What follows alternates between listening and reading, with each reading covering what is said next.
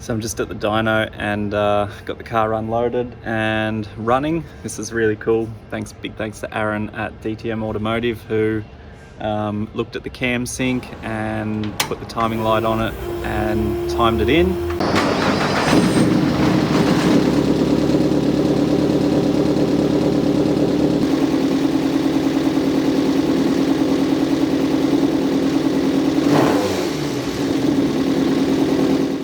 Car's running, oil pressure is perfect, all of the other little details are working great. Was able to cycle it through the gearbox.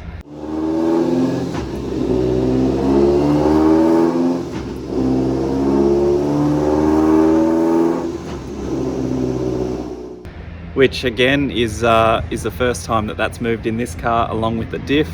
So it's great to see all of the temperatures and all the pressures and everything working. And to be completely honest, last night I didn't get much sleep, but I thought it was basically all over.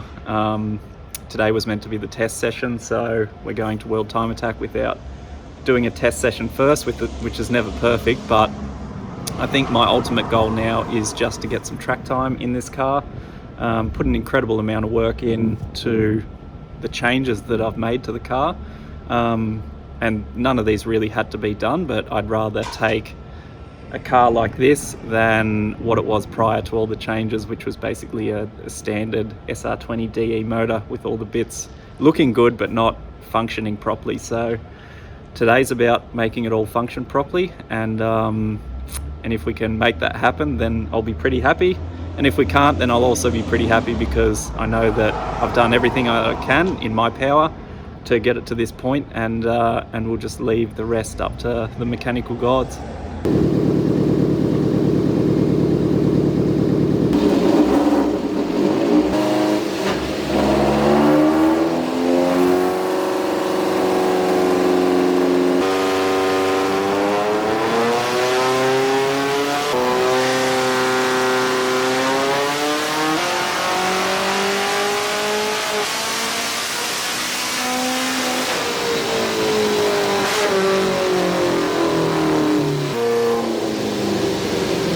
Just loaded the car back up into the trailer and I'm coming to World Time Attack. So all systems are working really, really well. It isn't making the power that I would want, but everything's working properly. The drive line is all sorted, and that's really just a top end thing that I can address after the event. But the main thing is I get to sit in the car, I get to drive it, and I get to do everything that I'd planned. And I was able to do all of these modifications and make them work and prove that on the dyno. So yeah, I'm really happy with how everything's gone, and now I have 2 days to prepare for the event and leave for the journey to Sydney. So things are looking up, and stoked that I can make it.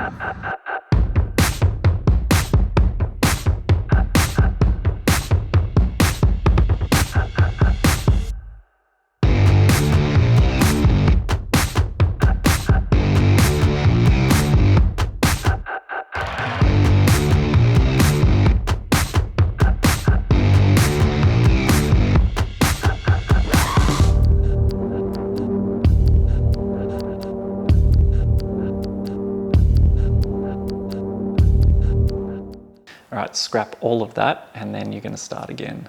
So it is my last time coming to you from the garage on this road to World Time Attack. It's been a hell of an experience the last couple of weeks getting this two-tone PS13 naturally aspirated SR20 all ready for World Time Attack.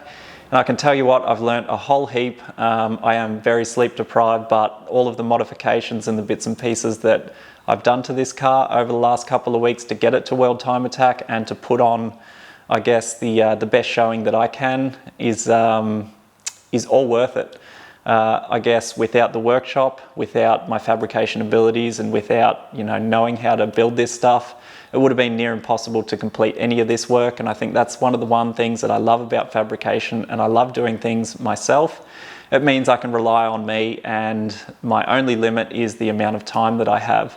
So with very little sleep over the last couple of weeks, I've achieved a whole lot. I've learnt a lot about oiling systems, all of the bits and pieces that I've modified on the car, and I can confidently say that when I load this into the trailer to head up to World Time Attack, I know that it's all that I could have done to make it the best car that it can be. So cannot wait to put the helmet on, strap into the seats, bang it into first gear, and head off down Sydney Motorsport Park pit lane, because that's what I've been working to, and that's what all of these long nights and all of this fabrication work has been leading to. So rolling it out of the trailer tomorrow and hitting the track is going to be pretty sweet. So I'll leave it here for this part, but stay tuned, because we'll bring you all of the action from the event.